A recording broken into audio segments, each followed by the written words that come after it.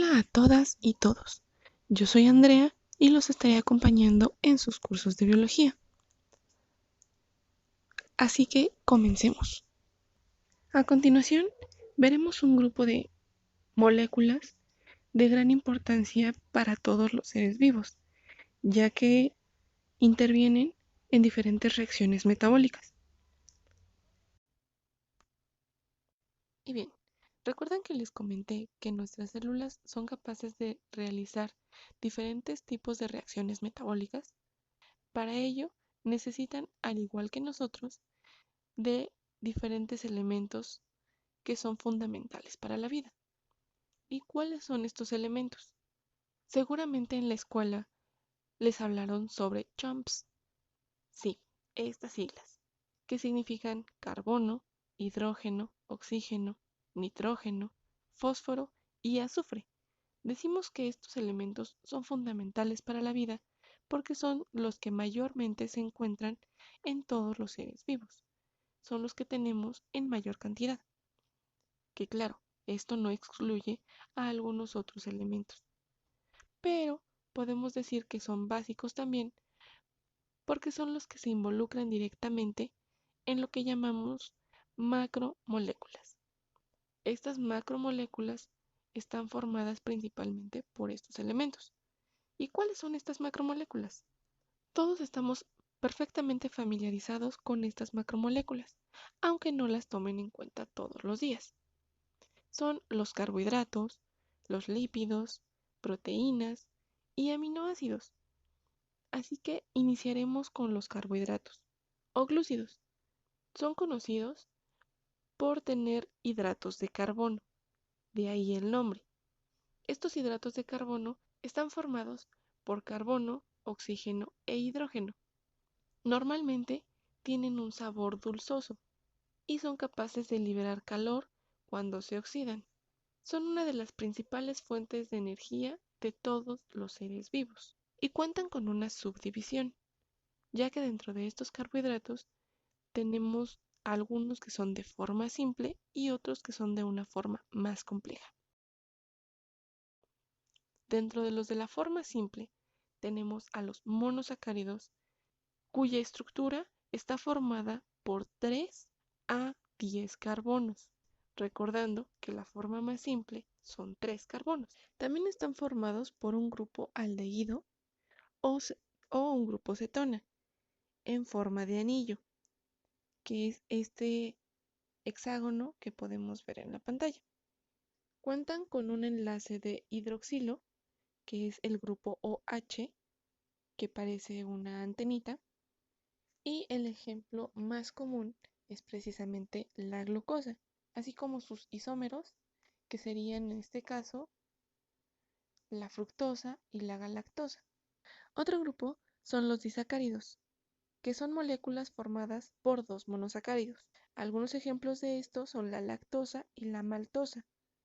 En este caso yo les puse aquí la lactosa, que como podrán ver, claramente se ven los dos anillos que conformarían cada uno a un monosacárido, y el grupo más complejo que está formado por los polisacáridos. Estos están formados por 3 o más azúcares. Cuando se forma un polisacárido, se provoca una deshidratación, ya que hay pérdida de agua, y solo son capaces de descomponerse cuando existe agua en el medio, es decir, por medio de hidrólisis. Algunos ejemplos de estos polisacáridos son el almidón, el glucógeno, la quitina y la celulosa. El siguiente grupo de macromoléculas son los lípidos, que sirven para almacenar energía. Generalmente no son solubles en agua y están formados por 17 a 25 átomos de carbono, unidos a un grupo carboxilo. Y dependiendo del número de carbonos de los que esté conformado, se puede decir que son grasas saturadas o no saturadas. Otra forma de clasificar a los lípidos es tomando en cuenta la presencia de ácidos grasos, ya que son estos los que permiten la formación de jabones. De esta forma, las grasas se dividen en dos grupos, saponificables y no saponificables. Como su nombre lo dice, los saponificables son los que se pueden utilizar para formar jabón y se dividen en simples, que son aquellas grasas de los animales, los aceites vegetales y las ceras, y los compuestos, donde se encuentran los fosfolípidos, uno de los grupos más importantes por su presencia en la membrana celular, así como el cerebro, el corazón, el hígado y algunas semillas. En los lípidos insaponificables encontramos a los terpenos, que están presentes en las plantas, en forma de aceites, resinas y carotenos, y en algunas vitaminas como la A, la E y la K. También están aquí los esteroides, que constituyen el colesterol, hormonas sexuales y algunas vitaminas. Otro gran grupo de los insaponificables son las prostaglandinas, que cumplen con varias funciones, como la contracción muscular uterina, la coagulación sanguínea, actúa para que podamos sentir dolor. También se involucra en la inflamación de las heridas y en la regulación de la presión. En la parte de las proteínas, podemos decir que son polímeros formados por un número variable de aminoácidos y se pueden clasificar según su peso molecular, su forma o su estructura. En el caso del peso molecular, es decir, el tamaño, se dividen en oligopéptidos, polipéptidos y proteínas propiamente dichas. Esto porque los primeros van de menos de 10 aminoácidos hasta 10. Los polipéptidos de 10 a 100 aminoácidos. Y las proteínas cuentan con más de 100 aminoácidos en su forma. Según su forma, tenemos a los globulares y a los fibrilares. Por su estructura, están los de estructura primaria, que se denominan como cadenas, los de estructura secundaria, como hélice, los de terciaria, como una hélice doblada, es una hélice que se empareja con su misma estructura. Y las cuaternarias, que como pueden ver, son un conjunto de hélices dobladas. Así que empezaremos con las enzimas. Vamos a mencionar a las enzimas como catalizadores orgánicos que se encuentran directamente relacionados con las reacciones metabólicas. Están formadas por dos unidades, una que es proteica y se le llama apoenzima y una que no es proteica, que se llama coenzima. Una forma de identificar a las enzimas es su terminación, ya que todas las enzimas tendrán terminación asas y se clasifican en anabólicas y catabólicas.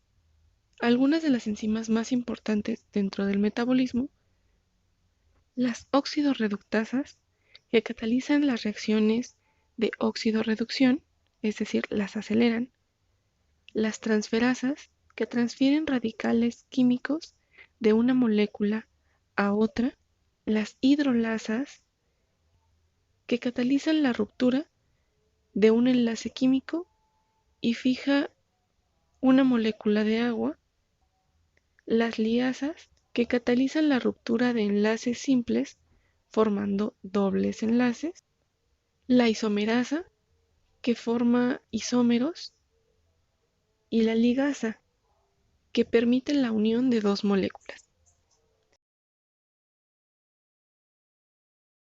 También tenemos a las vitaminas.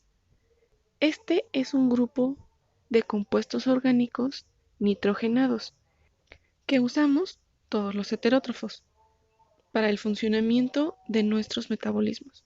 Estos compuestos se dividen en tres grupos. El primero son las que tienen funciones de coenzima, como son la vitamina B, la 12 y la K. El segundo no tiene función de coenzima, es decir, no actúa junto con alguna otra enzima, solamente actúa con otra vitamina de su mismo grupo. En este caso, tenemos a la A, la C, la D y la E. Y funcionan la A y la C juntas, la A y la D juntas, la C y la E juntas y así. sucesivamente. El tercer grupo son sustancias con efectos parecidos a las vitaminas, como son las vitaminas F, T y los flavonoides. También tenemos a las hormonas, que son compuestos orgánicos de diferentes composiciones y se forman en tejidos especializados. Estos se utilizan para la regulación del metabolismo. Según el lugar en el que se forman, las hormonas se pueden dividir en dos grandes grupos: las neurosecretoras y las globulares. En el caso de las neurosecretoras, son hormonas que se secretan en las neuronas y van directamente al torrente sanguíneo. En el caso de las globulares, se secretan en glándulas específicas del cuerpo y permiten el funcionamiento de diferentes tipos de aparatos. En el ejemplo podemos ver al hipotálamo, que libera hormonas para estimular a las glándulas mamarias, antidiuréticos. También permite la regulación en el ciclo hormonal para las gónadas tanto femeninas como masculinas. Ayuda al sistema óseo, entre algunos otros. En el caso de los aminoácidos, vamos a decir que están formados por un grupo carboxilo, un grupo amino y unidos por un átomo de carbono. Los aminoácidos son solubles en agua y forman sales al reaccionar con ácidos. Esto gracias al grupo amino. Este grupo desempeña varias funciones y principalmente constituyen a las proteínas, pero también participan en muchas reacciones metabólicas y son precursores de glúcidos y lípidos. Es importante mencionar que existe una gran variedad de aminoácidos. Sin embargo, por sus funciones y su participación dentro de la formación de otras moléculas, existen 20 aminoácidos esenciales que se muestran a continuación. Estos aminoácidos tienen funciones vitales dentro de nuestro organismo, por ello la importancia. También continuamos con los ácidos nucleicos, que constituyen a la información genética, y son el ADN y el ARN, que están formados por la unión de bases nitrogenadas. Estas bases nitrogenadas son compuestos simples, que se dividen en purinas y en pirimidinas.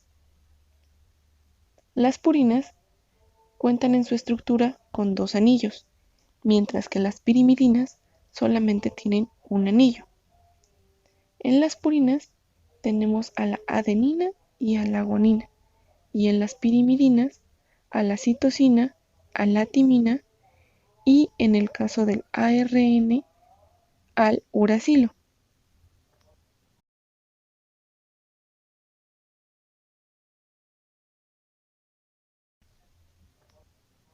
Dentro de las características del ADN y el ARN, tenemos que el ADN, es decir, ácido desoxirribonucleico, siempre se encuentra en el núcleo o nucleolo de la célula. En esta parte de la célula, su estructura es de una doble hélice, mientras que en las mitocondrias es un círculo. También puede encontrarse en bacterias y virus. Sirve para almacenar y transmitir información, y es el lugar donde se encuentran los genes. El ADN está constituido por citosina, guanina, adenina y timina. Por otra parte, el ARN, es decir, ácido ribonucleico, se encuentra en los ribosomas y el citoplasma. Esta es una membrana sencilla y cuando se encuentra en los virus puede ser una doble hélice. Permite el traslado de la información genética según su tipo. Está constituida por citosina, guanina, adenina y uracilo, que sustituye a la timina del ADN. Les decía que depende también del tipo de ARN del que estemos hablando, ya que existen tres tipos de ARN. El mensajero, que es el que transporta la información de los genes a los ribosomas.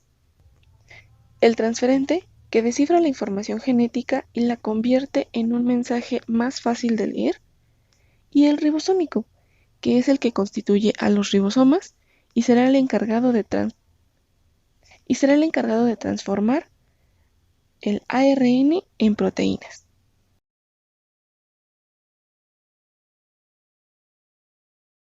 Así es como hemos llegado al final de la clase de hoy. Recuerden hacer anotaciones, estudiar mucho y resolver los ejercicios de apoyo que se les estarán dejando en la descripción. Hasta la próxima.